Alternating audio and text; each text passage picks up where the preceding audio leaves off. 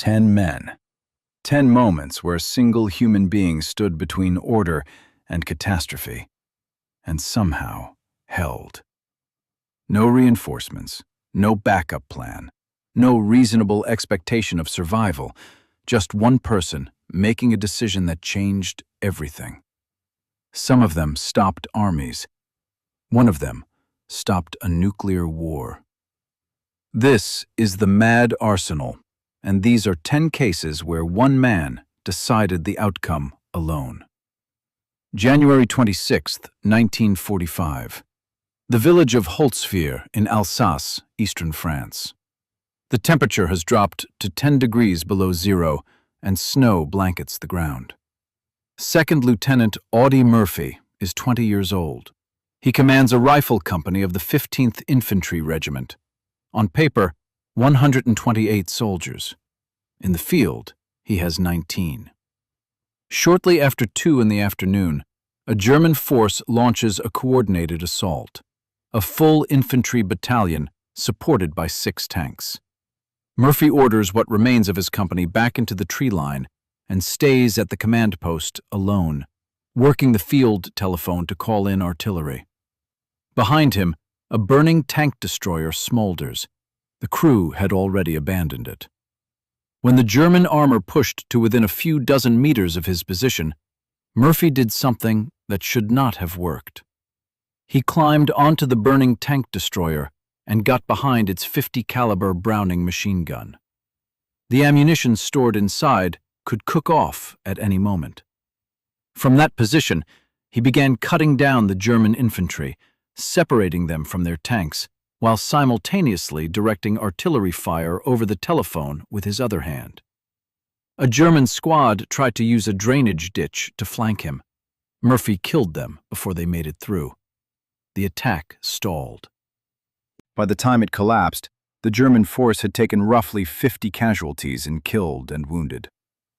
Murphy had been hit in the leg, but stayed on the line until the fight was over. For Holzwihr, Audie Murphy received the Medal of Honor, the highest military decoration the United States awards. By the end of the war, he carried 33 decorations in total, making him the most decorated American combat soldier of the Second World War.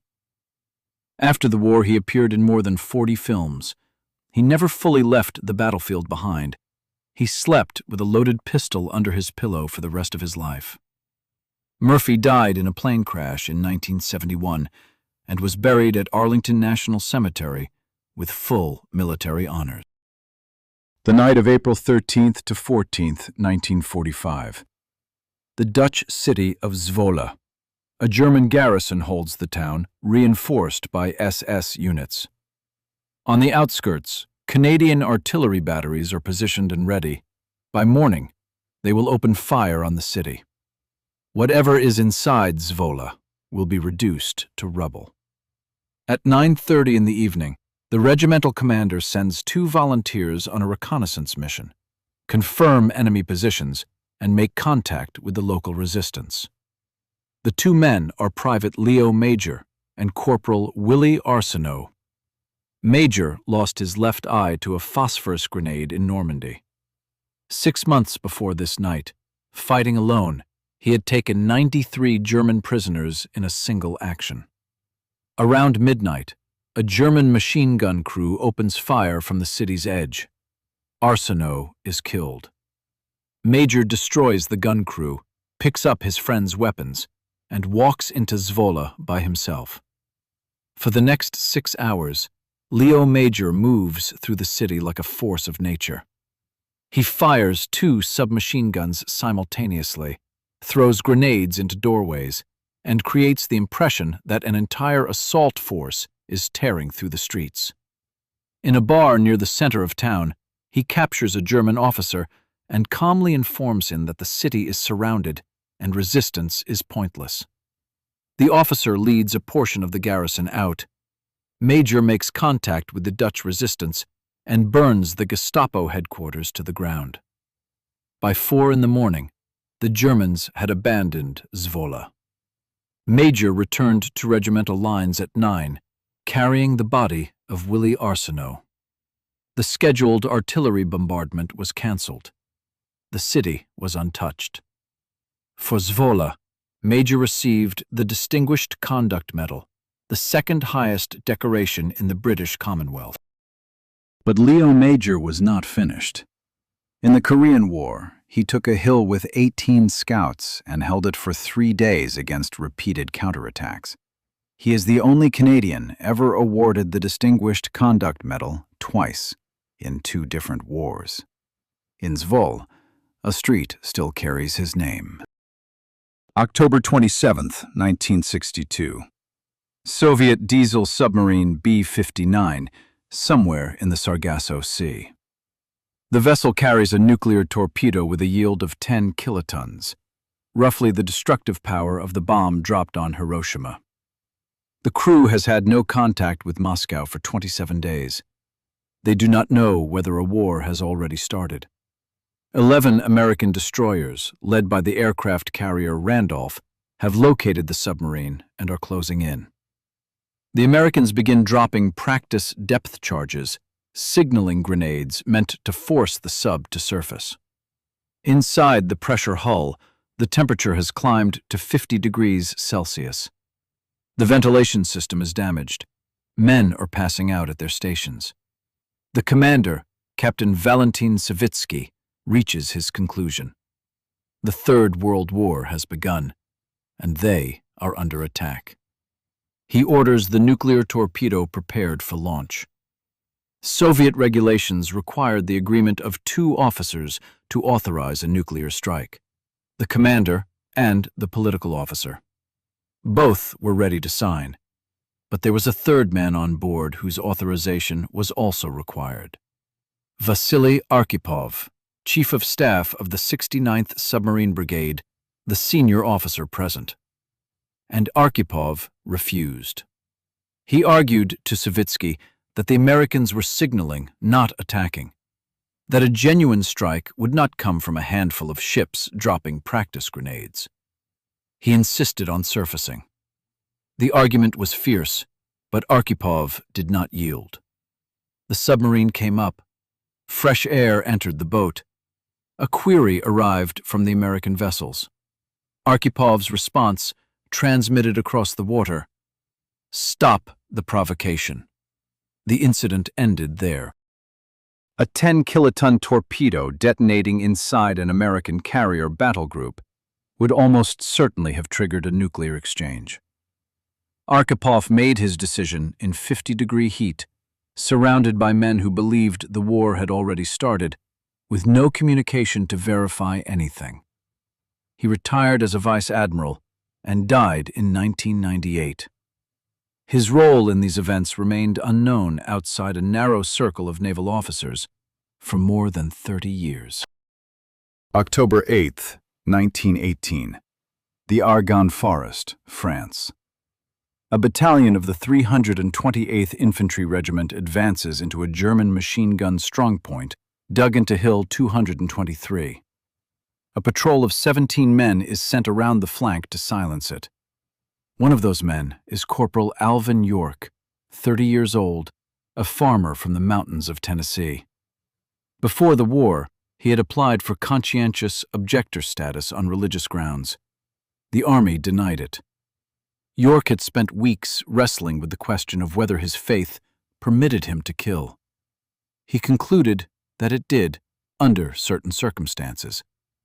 He was about to test that conclusion. The patrol works around behind the German position and takes roughly 70 prisoners by surprise. Then, a separate machine gun nest on a nearby slope opens fire. 6 Americans die in the first burst. 3 more are wounded. Both sergeants are killed. York is the senior man left, lying on an open hillside 25 meters from the German guns. What happened next was the product of a lifetime spent hunting in the Appalachian Hills. York lay flat and picked off the machine gunners one at a time, working from the farthest position to the nearest so the men behind couldn't see what was happening to those in front. It was the same method he used when hunting wild turkeys. It worked on men the same way it worked on birds. When 6 German soldiers charged out of a trench with fixed bayonets, York had expended his rifle ammunition. He drew his pistol and shot all 6, again from last to first. After that, a German officer offered to surrender the position. When York and his 7 surviving men marched their prisoners back to American lines, the count was 132 captured, including 4 officers, and 35 machine guns taken. York had personally killed at least 25 soldiers. In 1929, the German military conducted its own independent investigation and confirmed the American account of what York had done was accurate. General Pershing personally awarded him the Medal of Honor. France added the Croix de Guerre and the Legion of Honor. Italy and Montenegro followed with their own decorations. April 21st, 1945, Tuscany, Italy. Second Lieutenant Daniel Inouye is 20 years old and commands a platoon in the 442nd Infantry Regiment, a unit composed almost entirely of Japanese-American soldiers whose families have been placed in internment camps back home. They are fighting for a country that locked up their parents. The platoon's objective is a heavily defended ridgeline at Colle Musatello. The men take out a forward artillery post and close to within 40 meters of the main German position. 3 machine guns open up in a coordinated crossfire. The attack stops cold. Inouye crawled uphill alone under direct fire. From 5 meters, he put grenades through the aperture of the first machine gun emplacement. A bullet punched through his abdomen. He stood up, moved to the second position, and destroyed its crew with his Thompson submachine gun. Then he worked toward the third bunker. 10 meters from the opening, Inouye raised his right arm to throw his final grenade. A German rifle grenade hit his arm and nearly severed it at the elbow. His own live grenade remained locked in the fist of his detached hand, which now hung from his arm by strips of muscle. He shouted to his men to stay back. With his left hand, he pried the grenade free from his own severed fingers and threw it into the bunker. The third machine gun went silent. Inouye continued firing his Thompson left-handed until a bullet hit his leg and he lost consciousness. The ridge was taken. His right arm was amputated at a field hospital without general anesthesia. Too much morphine had already been administered at the evacuation point. The war in Europe ended 17 days later. Inouye was immediately recommended for the Medal of Honor, but the Army did not award that decoration to Japanese Americans at the time. He received the Distinguished Service Cross instead.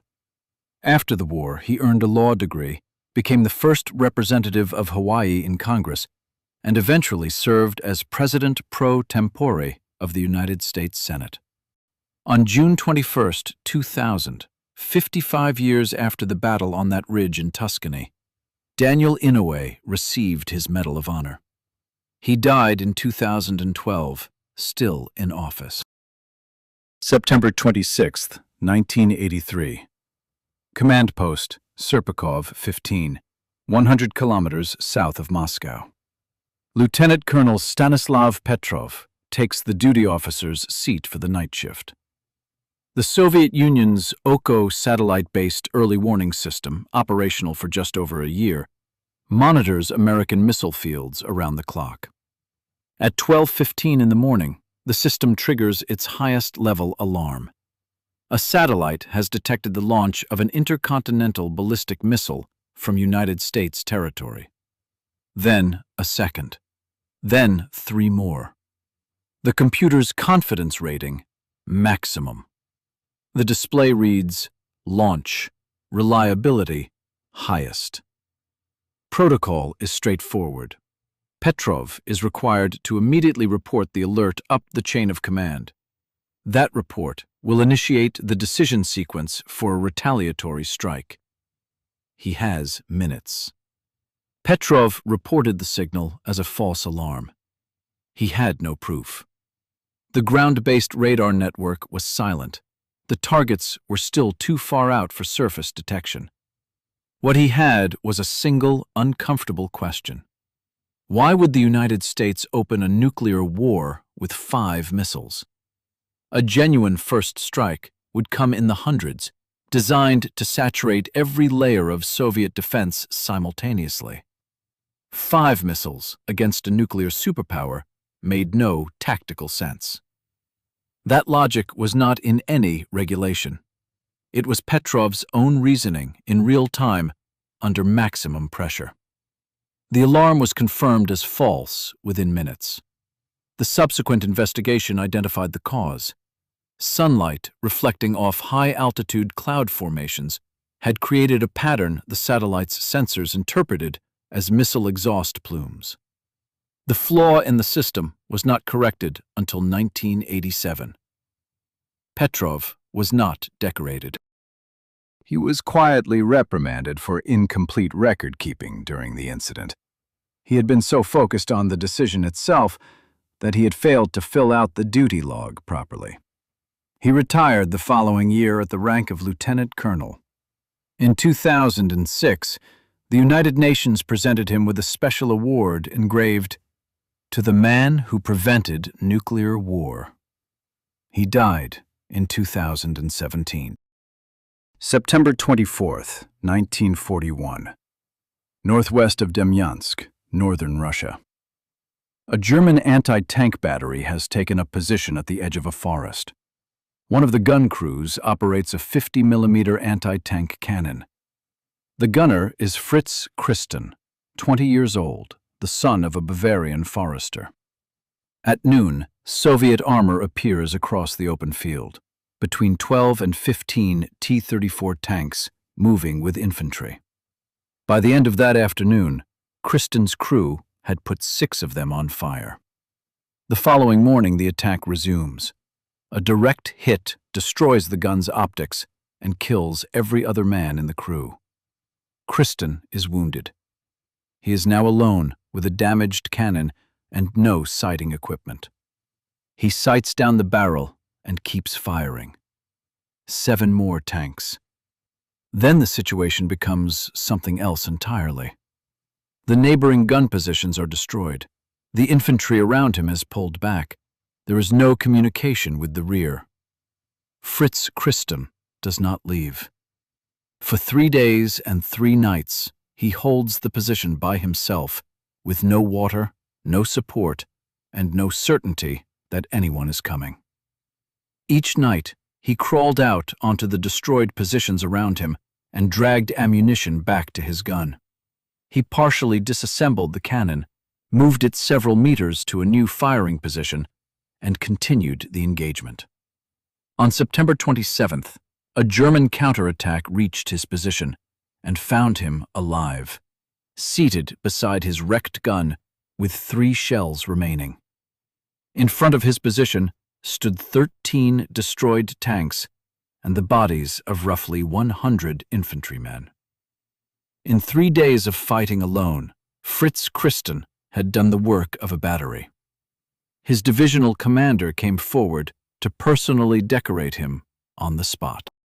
Shortly afterward, Christen became one of the first enlisted men in his formation to receive the Knight's Cross, presented to him directly by Hitler. After the war, he spent 10 years in Soviet captivity before being released in 1955. He lived out the rest of his life in Bavaria and died in 1995. May 2nd, 1945. The island of Okinawa. The Maeda Escarpment rises 120 meters above the surrounding terrain on sheer rock faces. American soldiers called it Hacksaw Ridge. They climbed it on cargo nets. At the top waited thousands of Japanese troops in an interlocking network of underground fortifications that had survived weeks of bombardment. Private First Class Desmond Doss, medic of the 2nd Platoon, 1st Battalion, 307th Infantry Regiment, carried no weapon. He was a Seventh-day Adventist for whom the commandment against killing permitted no exceptions. The army had spent months trying to remove him. His fellow soldiers threatened him during training. His company commander, Captain Glover, personally pushed for his discharge on grounds of unfitness. Doss stayed. He told Glover, "Don't doubt my courage. I'll be right there beside you, saving lives while you're taking them." When the Japanese opened fire, the company took roughly 75 casualties killed and wounded. The survivors were driven back off the escarpment. Doss remained on the ridge alone. For the next 12 hours, under continuous fire, he moved across the open ground of Hacksaw Ridge, finding wounded men, treating their injuries, and dragging them to the edge of the cliff. There, he had rigged a rope litter system.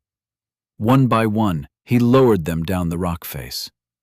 He kept count as he worked, and prayed the same phrase over and over. "Lord, let me get one more." When he finally came down himself, he had lowered 75 men off that escarpment. Among them was Captain Glover, who would later call Doss one of the bravest men he ever knew. In the weeks that followed, Doss was hit by grenade fragments that embedded themselves throughout his legs. Waiting on a stretcher, he gave up his place to a more seriously wounded man and waited for the next evacuation group. A sniper's bullet then shattered his arm. On October 12, 1945, President Truman placed the Medal of Honor around Desmond Doss's neck. He was the first conscientious objector in American history to receive it. He died in 2006 at the age of 87. July 13, 1941. The south of the Ukrainian Soviet Socialist Republic. Red Army soldier Dmitry Ovcharenko is driving a horse-drawn cart loaded with ammunition toward his regiment's position. Under the tarpaulin on the cart, 3 grenades and an axe. He carries the axe everywhere. The son of a village carpenter, he had been using one since childhood. Near the settlement of Pesets, 2 German vehicles that have broken through to the rear cut off the road. 53 men climb out, 3 officers and 50 soldiers. Ovcharenko is surrounded and disarmed.